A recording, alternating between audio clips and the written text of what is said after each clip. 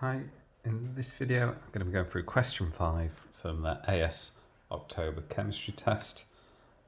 If you want to look at a specific section, and if you have a look in the top left hand corner, it will always show on the board what section we're looking at. So in this one we're going to look at 5A and then B, C, D, E and so forth. So if you just want to look at section C, just fast forward until you get to the section that says section C. But it starts with a mass spectrum of magnesium. So we've got 3 different isotopes of magnesium and we need to fill out this table. So first of all, they're all magnesium, so their atomic number is going to be 12, and so therefore their proton number will also be 12. Our neutrons then is going to be their mass charge minus the proton number, so we'll have 12, 13 and 14. And now the number of electrons, they're all 1 plus ions, so if they weren't ions it'd be 12 as well, but because each one of them is a 1 plus ion, they're each going to lose an electron, and so they're each going to be 11. And you get a mark for the protons and neutrons, and you get a mark for getting the electrons right. In part 2, it asks you to calculate the relative atomic mass of the magnesium in the sample, giving you an answer to 2 decimal places. So for this, we're going to take our first isotope, which is 24. I'm going to times it by its relative abundance, 78.99. I'm going to add to that the second isotope, 25, and times that by its relative abundance, 10.00, and then we're going to add on the third isotope and times that by its relative abundance, 11.01. All of these then, once added up, will need to be divided by 100.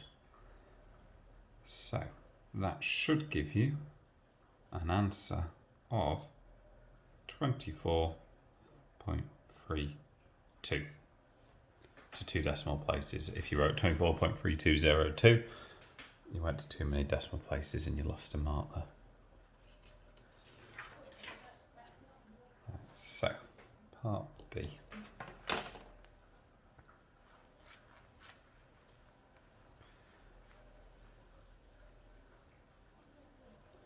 In part B, a student reacts a group 2 metal, M, with water.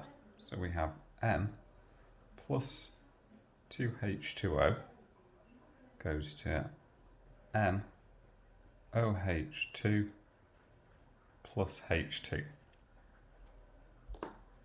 And the student measures the volume of hydrogen gas produced. 0.162 grams of the metal produces 97 centimetres cubed of the hydrogen gas. So it's told us that our mass here is 0.162 and that the metal produces a volume over here of 97 centimetres cubed. So straight away, before even looking at the question, you should be able to spot that we can work out then the number of moles of H2. If we know the volume, we know it's a gas. I haven't put the state symbols on, but they are in the question. They are there. We can work out the number of moles there, and you'll probably get a mark just for doing that. We're going to try and identify the group 2 metal M. So, first off, we are going to work out N of H2. And to do that, we're going to do 97 divided by 24,000. 24,000 because this is centimetres cubed. If it was decimetres cubed, it'd just be 24. But 97 divided by 24,000 gives you 4.04 times 10 to the minus 3. Once you've got that then, we know N here of our H2 is this 4.4 times 10 to the minus 3, we're in that space, and it's in a 1-to-1 ratio with the metal. So however many moles of this is equal to the number of moles of this. If we're looking at water, we'd double it because it's 1 to 2. Because we're looking at this metal, it's a 1-to-1. So N over here is also 4.04 times 10 to the minus 3. So now if we know that, we can calculate the MR. MR is The units are grams per mole, so grams divided by moles. So if I take my grams, 0.162, and divide that by 4.04 times 10 to the minus 3, I can then get a value of 40.1 grams per mole. And I can look at the periodic table, what has the closest to 40.1. I should see that that is calcium, and that then got you the 3 marks. So 1 mark for working out this, 1 mark then for this, and 1 mark for this part. In part C, we're going to look at the student plans to repeat the experiment, but using the same mass of a group 2 metal from further down the group. Predict whether the volume of the hydrogen produced would be greater than, less than, or same as the volume in the first experiment. So the student's going to repeat this experiment, but he's going to use the same mass of a group 2 metal from further down the group. So let's just, with this one, I'm going to say we've got our,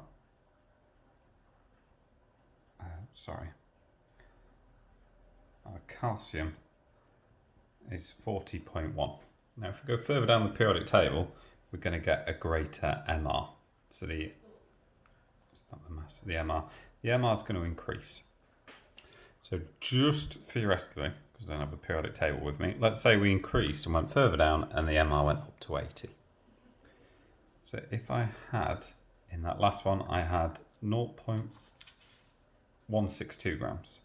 0.162 grams that gave me, I'm going to call it 80.2 just to double it, 4.04 times 10 to the minus 3. Now 0.162 grams is going to give me instead 2.02 times 10 to the minus 3. So by going down the periodic table, I'm going to have less moles because the MR is greater. Working out N is just mass over MR. So all I've done here is 0.162 over 80.2. So if I go down, this number of moles is going to go down.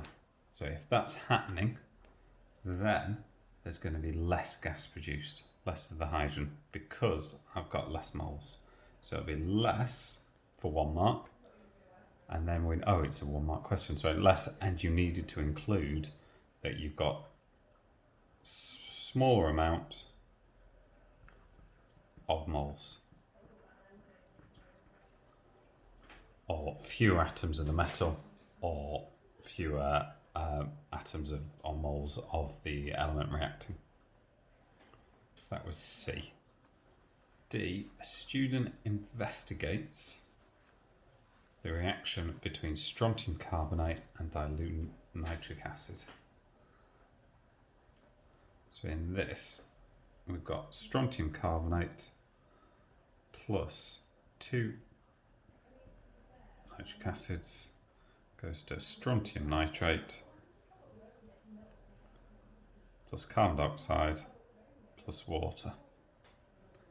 And in this, the rate of reaction is determined from the loss in mass over a period of time. So they're doing this reaction, they're measuring, keeping a constant look at the mass every 10 seconds or so. They're taking a reading, and because gas is giving off, mass is going. As the reaction goes on, mass is dropping as they go through. It tells us we've got an excess of strontium carbonate. That tells us that they've added a lot more than they need to react with all the nitric acid. So nitric acid is our limiting factor. We've got 20 centimeters cubed of this, and the concentration is 1.25. So before we even see what the question is going to ask us to do, we should be able to spot, we can calculate the number of moles here from that. It wants us to work out the mass of strontium carbonate that reacts. So to do that, I'm first going to work out the number of moles here. Then I'm going to work out the number of moles here. And then I know the MR here, so I can put that in. And if I know the number of moles, I know the MR, I can then work out the mass here. So first up, working out 1 here, we're going to do N equals C times V. And my volume's in decimeters cubed, so I can just do, oh, sorry, no, that's not volume, that's concentration. That round wrong. Moles per decimeter to the minus 3.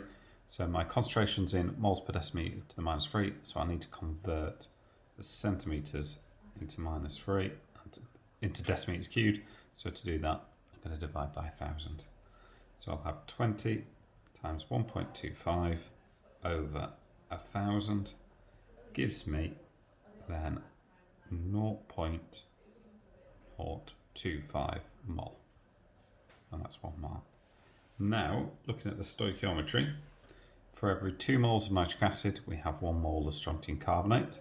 So I'll have to do 0.025 divided by 2, gives me 0.0125 for the moles of the strontium carbonate here. And then in 3, if I know the number of moles and I know their MR, I can work out the mass. Mass equals N times MR, which is 0.0125, and then strontium carbonate is 147.6, which you can use your periodic table to find out, and that gives you 1.845 grams, or 1.85 grams. Really, they're giving you units to 3 significant figures in the question, so really it would accept this. You should be saying 1.85 grams there. But either got you the mark. So 1 mark for this bit, 1 mark for this bit, 1 mark for this bit.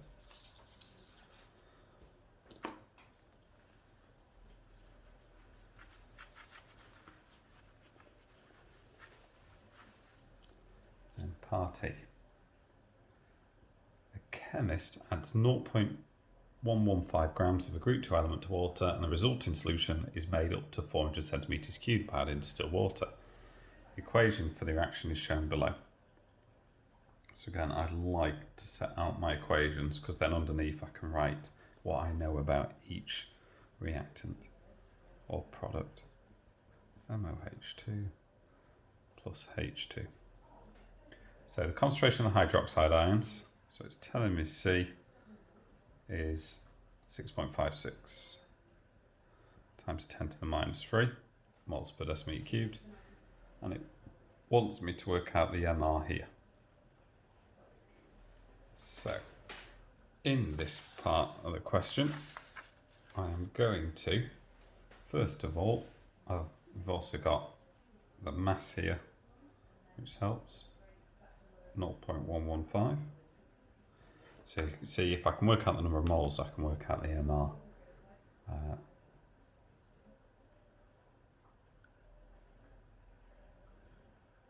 So in this, I can first of all, I know the volume I've got here is 400 centimeters cubed.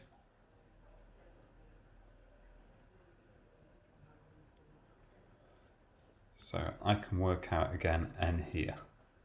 And N is going to be 6.56 times 10 to the minus 3 times 400.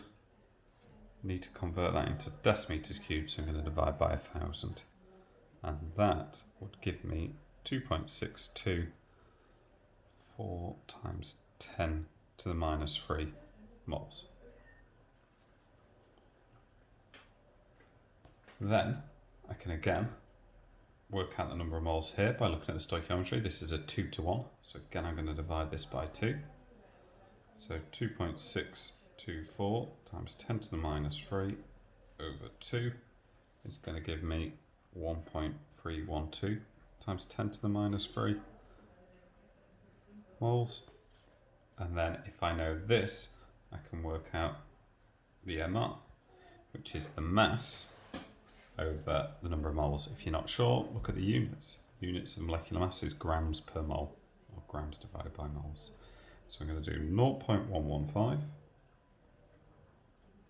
divided by 1.312 times 10 to the minus 3, and that gives me 87.7 grams per mole. And looking at the periodic table, that is strontium. So this will get you 1 mark, 87.7, and strontium, this will get you 1 mark, and this will get you 1 mark. So 3 stages there for 3 marks.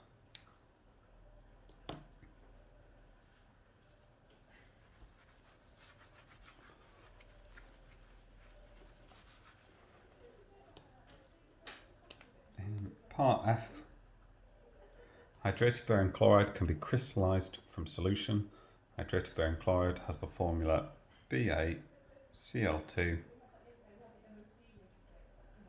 XH2O and a molar mass of 244.3 grams per mole. Determine the value of X in the formula BaCl2 XH2O. So first up, we're going to work out the MR here of just BaCl2. And that would be 208.3. 137.3 for barium, 35.5 for chlorine, but I've got 2 of them. Then I'll do 244.3 minus that 208.3, which gives me 36. And that tells me that XH2O equals 36. And if 1 H2O equals 18, I know that 18X then equals 36, and X will equal 2. So 1 mark for this, 1 mark for having that 2 at the end. And that is question 5.